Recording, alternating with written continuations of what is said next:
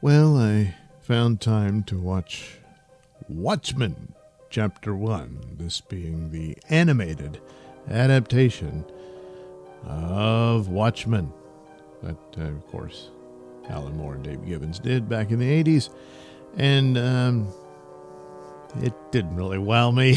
I mean, the animation, at least the art style of it, does hearken to Gibbons' style. So there is a bit of that, of it coming to life, somewhat. But it also comes across as very stiff in that presentation of it. But overall, that wouldn't have bothered me so much. It's just, I don't know, after the millionth time of seeing the story, the strengths of Watchmen, certainly for the comic book series, and what it was a 12-issue comic book miniseries and became a graphic novel, all put together. The strengths of it was more in its atmospherics and the storytelling structure that it held, which was very complex and no easy task. Even with only 12 issues, the idea of doing something like that for an ongoing series would drive someone insane trying to keep up with that. And so it was a monumental achievement in style and look of it. The overall plot is not all that great. It just really isn't. And not just because it's the same plot as, the Outer Limits show and that sort of thing. But it's rather secondary. It's not really that important. The overall theme of it is basically getting old.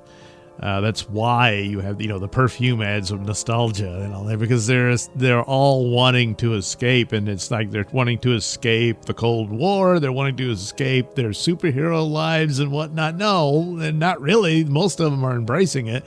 They're wanting to escape reality of that they're getting old and they're just going to die like everybody else.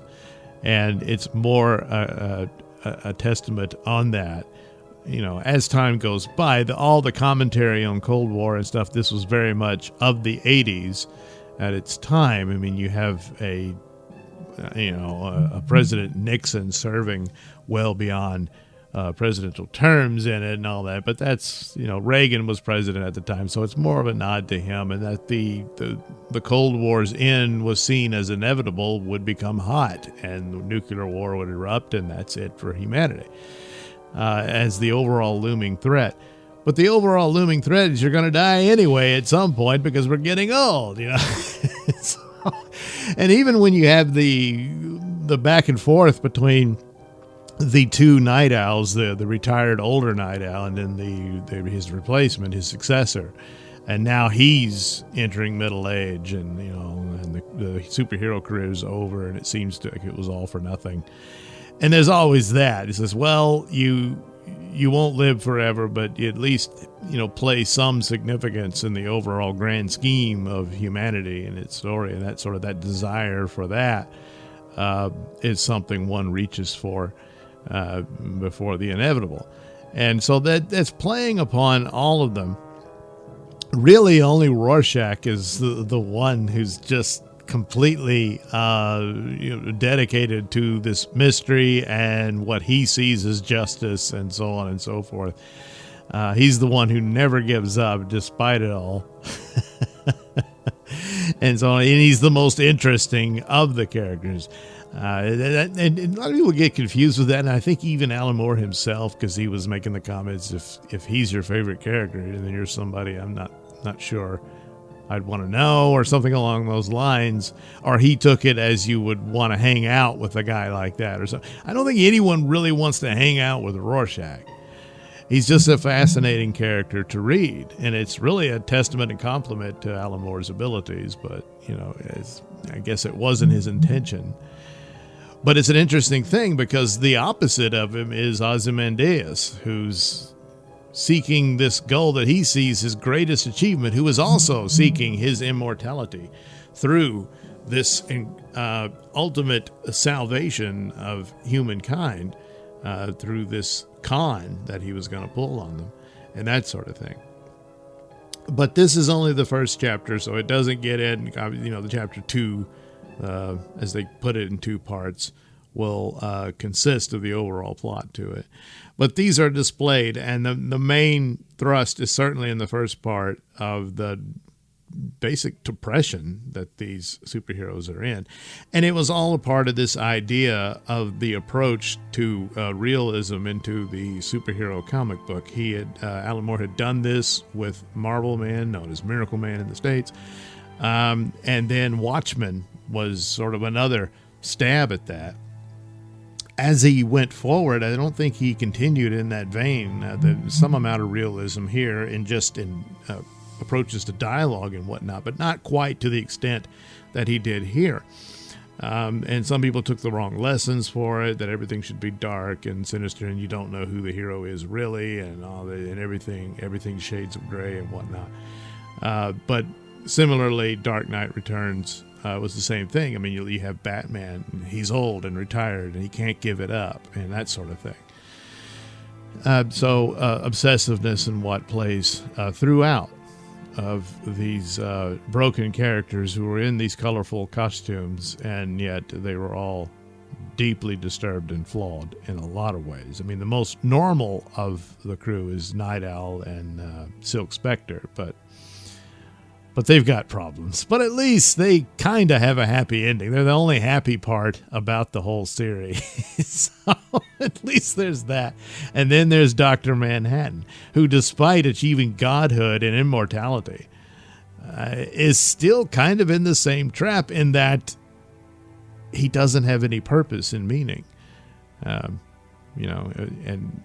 seemingly gets there, I guess you could argue, but that's what's displayed. And of course, it's the same story. If you read the comics, you know it. It's very loyal to it, more so than others. I mean, obviously, I enjoyed the Zack Snyder take on it, even though the changes he made, and especially all the extra stuff. He really covered as much as possible. It would have been cool to see this as a full-on miniseries.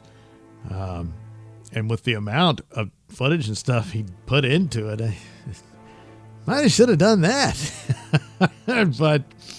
but still, it can't quite capture the narrative structure, if you will, of the comic book itself. And that's special unto it, even though the overall story itself is just not all that. It's a conundrum of sorts. And a lot of times you can say, well, this looked cool in this movie and stuff, but it was a stupid movie or something along those lines.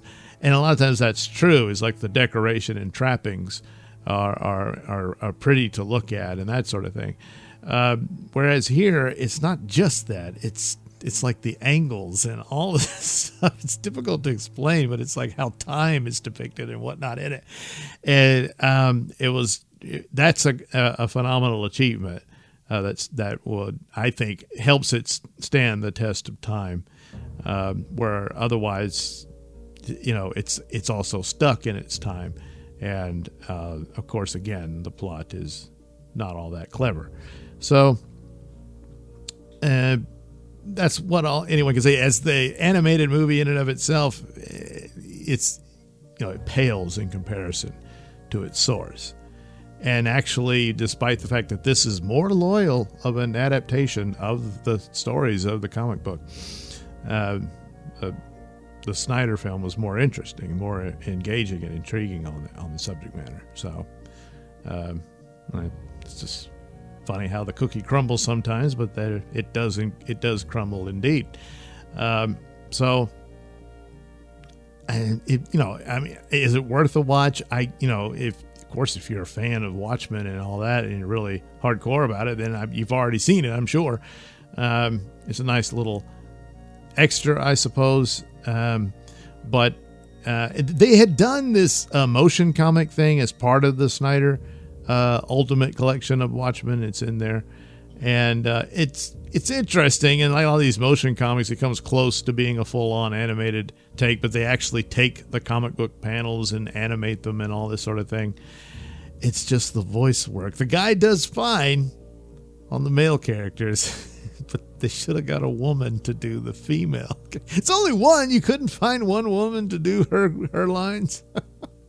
Well, I mean, there's others like Janie and stuff like that, but nevertheless, yes, but he did the voice. So, they have a woman playing the part of Silk Spectre, and both Silk Spectres, yeah. So anyway, so that's a vast improvement on the motion comic take on Watchmen. So there you have it. I'll see how the second one goes, but it'll be more of the same, and I know how the story ends, so but I'll watch it, and then I'll let you know what I think, even though you pretty much already know, don't you? I do too. All right, thanks for watching. We'll visit again soon.